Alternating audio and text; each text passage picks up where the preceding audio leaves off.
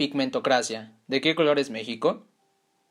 El racismo es una especie de camaleón que cambia siempre de piel pero a la vez sobrevive, porque las prácticas discriminatorias separan a las personas que tienen más acceso a la educación, al poder, a la riqueza, de las personas que tienen menos acceso. Esto es la base de nuestra sociedad. Por lo tanto, el racismo desde hace varios siglos se ha convertido en una parte integral de la sociedad mexicana, aunque ha tenido diversas etapas.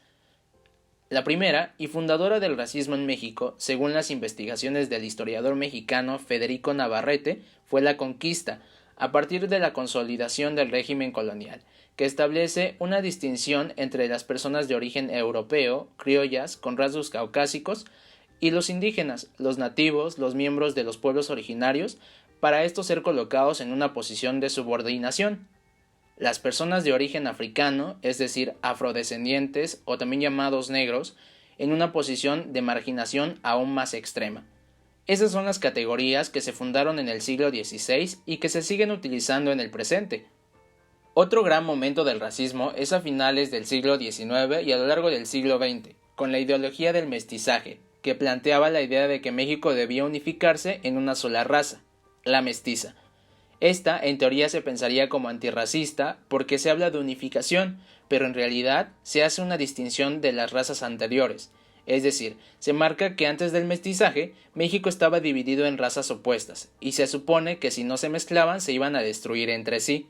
Los blancos tenían mucho miedo de que un día los indios se vengaran de todo lo que les habían hecho y los masacraran. Este aspecto de la guerra de razas sería erradicado con el mestizaje.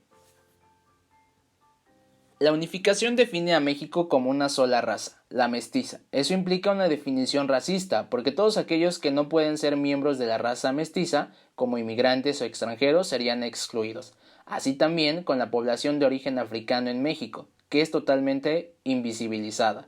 No se menciona su participación en el mestizaje y se les borra del mapa como si no fueran mexicanos. Estos momentos de la historia son los que marcarían la base de una sociedad racista de este tiempo a la actualidad.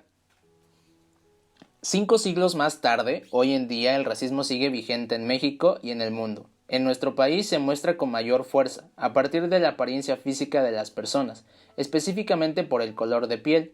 El racismo por el tono de piel surge con más fuerza a finales del siglo XX, con el auge de la cultura globalizadora de consumo en los años 80 y 90. Con el crecimiento exponencial de los medios de comunicación contemporáneos, se esparció un nuevo tipo de racismo en México. Es uno que exalta la blanquitud como el valor supremo vinculado con todo el prestigio social, la riqueza y el poder. Y este aparta a todos los grupos que no se adecúan a ese ideal a un estatus de inferioridad. Se está retomando un concepto que trata de abordar este tema sobre el racismo, enfocado a la diversidad de tonos de piel que existe y de qué manera influye en las oportunidades que unos tienen sobre otros. Se trata de una cuestión académica, un término con el que se ha buscado definir la forma específica de llamar al racismo y el clasismo en México. Se utiliza para describir ciertos procesos desiguales o actitudes discriminatorias que persisten en el sistema social mexicano. Pigmentocracia. Esta palabra fue utilizada por primera vez en 1975 por el fisiólogo chileno Alejandro Lipsius para explicar la ya mencionada jerarquía de razas. Cómo es que se creaban con base a la estructura sociorracial y el color de la piel en la colonización, pero el término también es utilizado hoy en día y no está muy alejado del primer uso. Recientemente se han publicado los resultados de un estudio por parte de una organización mundial con sede en México, que revela lo que hay detrás y lo que hace que algunas personas tengan mayores oportunidades que otras, o que inicien con desventaja su desarrollo. Oxfam es un movimiento global no gubernamental para poner fin a la injusticia de la pobreza y acabar con la desigualdad. En México, las personas indígenas, morenas o mulatas y que hablan una lengua indígena tienen menor posibilidad de acceder a la educación, a los altos puestos de trabajo y riqueza. Eso fue lo que reveló el estudio Por mi raza hablará la desigualdad. La investigación de Patricio Solís, Braulio Güemel Graniel y Virginia Lorenzo Hom, que expone cómo el tono de piel, el origen étnico o hablar una sola lengua son rasgos que sujetan a las personas a la discriminación. De igual forma, tienen más riesgo de no terminar la primaria, pocas llegan a ser empleadoras y su posibilidad de pertenecer al grupo de la población con más riqueza son mínimas. Los resultados arrojan que, mientras más claro sea el tono de piel, hay mayor posibilidad de tener una situación económica privilegiada. Ricardo Fuentes Nieva, director ejecutivo de Oxfam México, señala que las oportunidades deben estar al alcance de todas las personas, sin que el origen étnico determine tu futuro independientemente de tu esfuerzo. Al conocer esta información, nos dimos a la tarea de entrevistar a algunas personas pertenecientes a estos grupos sociales o con las características raciales para conocer sus experiencias y adentrarnos a la vida real en contextos similares o diferentes a los nuestros. Y esto es lo que nos compartieron.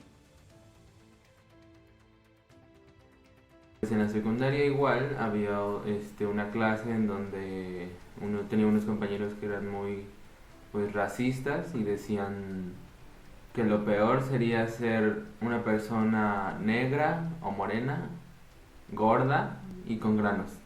Y pues lo decían así como por mí, aunque yo no estaba gordo, pero se burlaban del profesor o de los que éramos morenos. Una vez en la prepa tenía una compañera que para mí era como mi amiga y resultó que ella era como que discriminaba a las personas morenitas como yo. Entonces una vez una amiga cercana me dijo que para ella era como asco, yo le creaba asco, no sé si me explico. Pues tú sabes, esa como discriminación a la larga hace que como que tú mismo te cierres, ¿sabes? O sea, por las mismas experiencias que has vivido, ya no puedes entrar con la misma confianza a hablarle a alguien, ¿no? Digamos, yo voy y le hablo a alguien que tiene un tono de piel más clara que la mía, pero ya tengo como una mala experiencia con alguien que me discriminó por eso. Sí que chance no voy tan amigable, tan abierto, tan asertivo, y voy así como más discreto, más con perfil bajo. No, pues mi niño luego le hacen bullying en la escuela. ¿Por qué? Porque él está morenito y el otro está más güero. ¿Y qué es lo que le dicen? Que un niño le había dicho que parecía carbón. Cuando iba en el primer año de la secundaria, en el primer año, recuerdo que se burlaban de mí por ser, primero, muy delgado y moreno.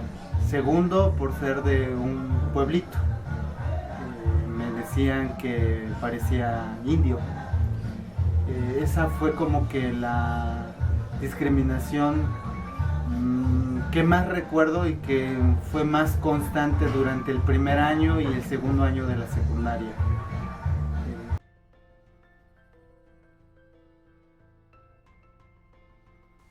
En los medios de comunicación tradicionales, como la radio y televisión, que fueron privatizados desde sus inicios, es donde se ha construido el origen de esta estructura social que clasifica a las personas según su color de piel. Estos medios de comunicación masivos se encargan de favorecer ciertas estéticas que van en función de una rentabilidad económica y comercial. Por lo tanto, ahí comienzan a reforzarse estas nociones de blancura asociadas con el prestigio, el privilegio de lo deseable, lo cual es sumamente problemático en una sociedad con mayoría morena, porque atrapa a los mestizos en una dinámica muy cruel, donde vincula los patrones de consumo a procesos de blanqueamiento que son irrealizables. Es decir, el consumo y la modernidad nos inserta en una dinámica de blanqueamiento que, si no es precisamente a través de la reproducción humana, sí es a través de estrategias de ascensión de clases. En las redes sociales hay otro tipo de situaciones. Ahí la comunicación es menos limitada o estandarizada. Por lo tanto, vemos la oportunidad de muchos grupos que han permanecido callados ante esta creación simbólica por parte de los medios de comunicación para iniciar conversaciones, discusiones y visibilizar este tipo de luchas. En las redes sociales el juego es totalmente distinto. Aunque se siguen reproduciendo muchos estereotipos raciales, ahora vemos la contraposición, esa discusión del racismo en sí mismo, que ha pasado por una negación histórica y que los medios de comunicación jamás han atendido el tema. Recientemente se ha hecho un poco más. Cada vez son más los grupos antirracistas que están haciendo redes de apoyo y comunicación que permiten que el público en general pueda aprender y atender estos temas. Necesitamos nuevas formas de mostrarle al mundo la diversidad en la que vivimos, en la que el respeto sea primordial y luchemos por la misma igualdad de oportunidades. Es verdad que se necesitan más políticas públicas que atiendan estos temas, pero también es nuestro deber participar para tener un desarrollo equitativo.